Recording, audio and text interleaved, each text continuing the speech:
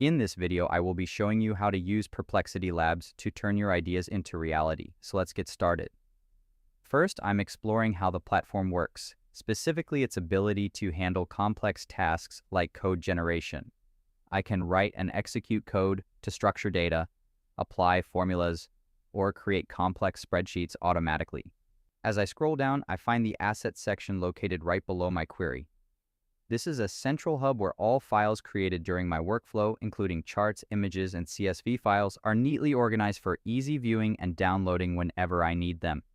Next, I'll check out the Mini Apps feature. This allows me to deploy interactive web apps like this portfolio performance dashboard directly within the interface.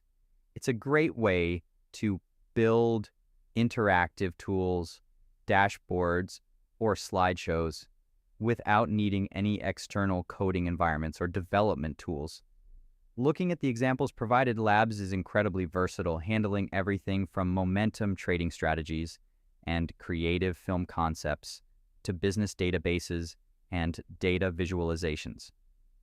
Finally, I'll show you when to use Labs over deep research. Labs is ideal for longer file-based projects that require more than 10 minutes of processing for advanced outputs.